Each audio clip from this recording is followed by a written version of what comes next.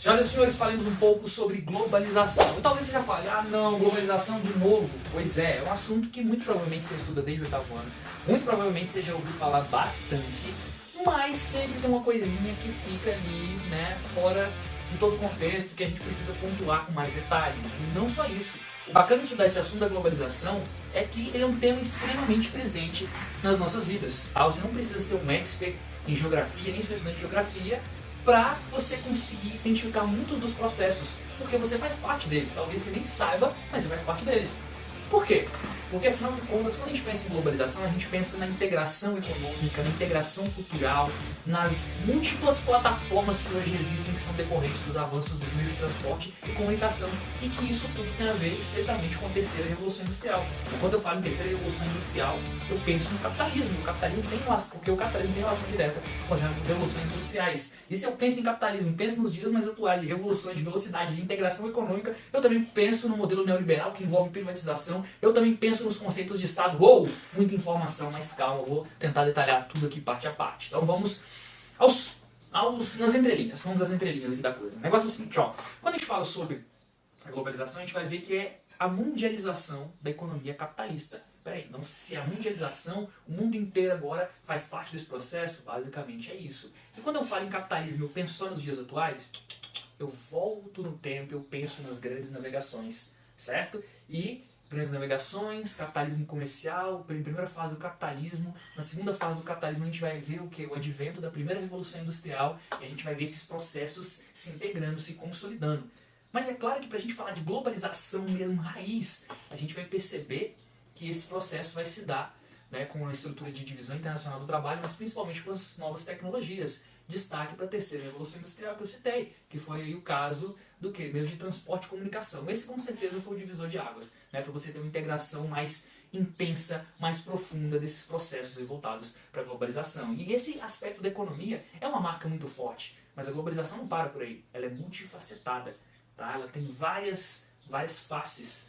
Tá? Então, um campo político, cultural, o econômico, que eu citei, informacional, tecnológico, inclusive a terceira revolução industrial, você conhece ela como uma revolução técnico-informacional científica, científico-informacional. Tá? Então, perceba alguns aspectos que estão muito conectados aí.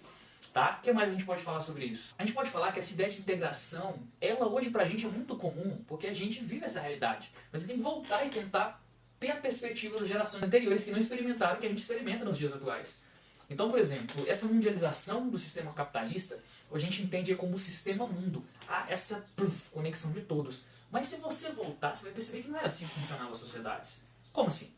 Pensa comigo que antes, pela falta de algumas tecnologias, especialmente no que diz respeito à comunicação, as pessoas estavam muito fechadas dentro do seu mundo, dentro do seu universo. No mesmo planeta que nós temos, né, nós tínhamos mundos diferentes. Por quê? Porque não havia uma conexão. Então eu tinha apenas a concepção, ou eu enfatizava especialmente a concepção da região na qual estava inserido. Percebe que esse processo de globalização ele vai unificar. É claro que aí a gente entra em outro quesito importante. Porque dentro da perspectiva de globalização, a gente tem ideia de quê? De aldeia global. Pensa, uma aldeia é um espaço no qual todos eles se conhecem, todos estão, né, se relacionando. Há uma interconexão entre todos. E essa aldeia global, né, seria o quê? Como se o mundo todo se conectasse, mas é claro que na prática isso não é bem assim. Afinal de contas, tem inúmeras regiões do mundo que elas têm um déficit, uma carência tecnológica absurda. A gente pode colocar o Brasil, que está entre as grandes economias mundiais, mas ao mesmo tempo a gente tem o quê, meu povo? Nós temos uma deficiência absurda no que diz respeito às tecnologias, a sistemas de iluminação, acesso à água.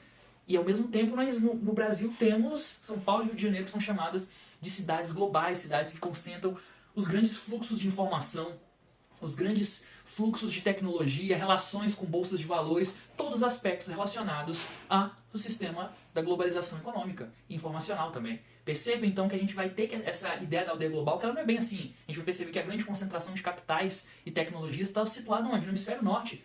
Ou se a gente joga para o continente asiático, a gente vai ver que há uma concentração muito pequena. Tá? Então você vai perceber Japão, China, Índia, talvez vá circular ali naquele eixo, e números pequenos em outras regiões desse continente. Então percebam que o sistema da globalização é um sistema desigual. Esse modelo global não é, né, essa coisa tão perfeitinha, tão harmônica, nem todos estão conectados. A gente percebe também o que? Uma das grandes problemáticas da globalização é no que diz respeito a perverter ou gerar rupturas em sistemas culturais diversos. É outra característica da globalização. Perceba comigo que os países que são dominantes, esses serão os países que vão dar a sua dinâmica, a sua estrutura sobre esse sistema. Como assim? Percebam que, historicamente, aquele grupo de países que coloniza, ele implanta o seu sistema cultural. Faz sentido? A sua forma de governo, a sua forma de pensar. E a gente vai perceber que os países que são poderosos no sistema da globalização, eles praticamente vão ditar as regras no que diz respeito ao campo cultural em aspectos diversos. Música, moda, língua. Pense comigo qual é o idioma padrão mundial, meu filho. My friend.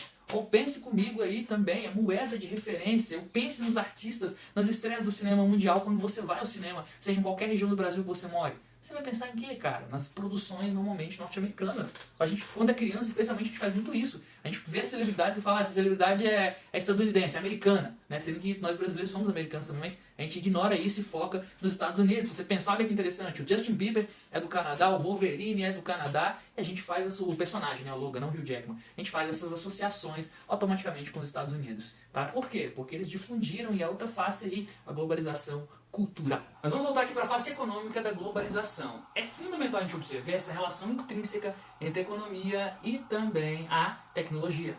Tão importante isso é que eles conseguiram fazer com que o dinheiro se tornasse virtual. O dinheiro se tornou um bit. O que é um bit? Bit significa binary digit. E aí você tem bit, né, que essa é a menor unidade de informação armazenada. Mas daí que o dinheiro se tornou um bit, daí que você consegue ter fluxos diversos desse capital, você consegue transportar esse dinheiro para outro país, né, através de transações bancárias, bolsas de valores, enfim, o dinheiro virtual é muito mais fácil de ser manipulado. E isso traz uma relação que ela, ao mesmo tempo que é positiva pelo fluxo constante, pela tranquilidade de se fazer isso, ela traz alguns pontos negativos pelos prejuízos. O que eu estou falando? Falando do capital especulativo e capital produtivo. Capital especulativo é o capital que gera lucro em curto prazo. Talvez você já viu os comerciais diversos aí no YouTube, quando você vai assistir algum vídeo da galera falando, invista na bolsa de valores, compre títulos públicos e afins. Então, esse capital, né, eu vou lá, vou comprar a ação de uma empresa, ou Tesouro Direto, que vende títulos do governo brasileiro. Isso é bacana, porque eu vou ganhar com um excedente, digamos, comprei a ação por R$5 e ela valorizou, foi para 7. Né? Então, eu ganhei nessa diferença aí. Mas, ao mesmo tempo, eu vou tirar esse capital com uma velocidade muito grande. E tirando esse capital, isso pode gerar algumas instabilidades na economia. Tá? Porque a gente usa um exemplo muito simples, R$7, R$5 aí. Agora pensa em grandes volumes de capital de investidores de países diversos do mundo. Quando eu tiro esse capital, eu vou estar o quê? Eu vou estar gerando uma ruptura naquela economia, naquela empresa. Então perceba que esse indivíduo, esses investidores vão viver da especulação. Fala assim, ó, ali tá bom, ali tá ruim. Soube-se a notícia de que, digamos, a Apple vai falir. Vai falar o quê? Opa, vou tirar meu dinheiro todo. E só essa notícia, né, um escândalo na empresa, coisa do tipo, vai comprometer a troca de um presidente. Esse é o capital especulativo. Então, ele acaba não produzindo praticamente nada, ele se movimenta dinheiro dentro dessa perspectiva, se tem uma dinâmica intensa dentro desse processo, mas ele não produz. Tá? Diferente do capital produtivo, que a gente está falando de investimentos de longo prazo, investimentos no que a gente pode citar como exemplo aí a construção de indústrias, empresas. Aplica-se esse capital de forma efetiva na cadeia produtiva. E isso gera o quê? Gera empregos, e isso movimenta a economia dos locais próximos ao qual aquela empresa foi desenvolvida, isso potencializa o valor dos imóveis daquela região. Percebam então que o capital produtivo tem esse valor, mas que nos dias atuais esse capital especulativo ele é muito forte, e não só isso. As atividades econômicas no mundo virtual elas se intensificam, e isso vai mudando todas as formas de lidar com a economia, inclusive com as relações de trabalho, né, no qual o mercado exige mão de obra qualificada, o mercado cria leis trabalhistas mais flexíveis que prejudica esses trabalhadores, ou de uma maneira que a velocidade é tamanha que você nem tem um sistema regulatório. Exemplo disso, a empresa Uber. Você percebe que até ter um sistema no qual venha falar assim, olha, o trabalhador tem direito para isso e aquilo, esse empresário já lucrou bastante, né, nas costas desse trabalhador.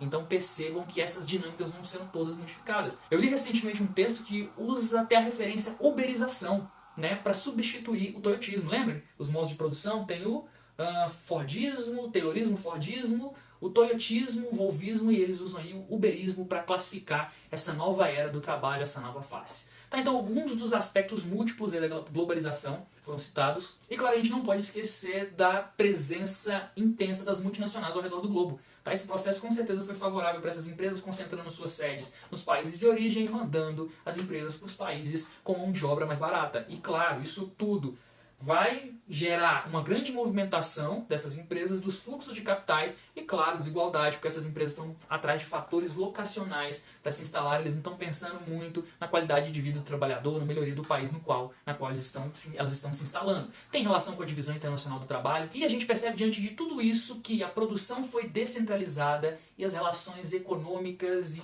informacionais se concentram em escala global. Para resumir tudo, então, a gente chega à conclusão que a globalização diz respeito a essa integração entre países diversos do mundo em aspectos diversos, que vão desde economia, cultura, informação e também política, e a gente sabe que esse processo não é igual para todos. E claro, a gente tem que destacar que tudo isso tem uma relação direta com o modelo capitalista. Então você percebe o quê? Que o capitalismo ele gera uma série de ramificações, né? A gente, quando fala de capitalismo, a gente fala sobre liberalismo, neoliberalismo, divisão internacional do trabalho, revoluções industriais, globalização e muitas mudanças no padrão de consumo, nos sistemas de exploração dos recursos naturais. Olha a quantidade de coisa. Então é isso aí, espero que vocês tenham curtido. Até a próxima. Valeu!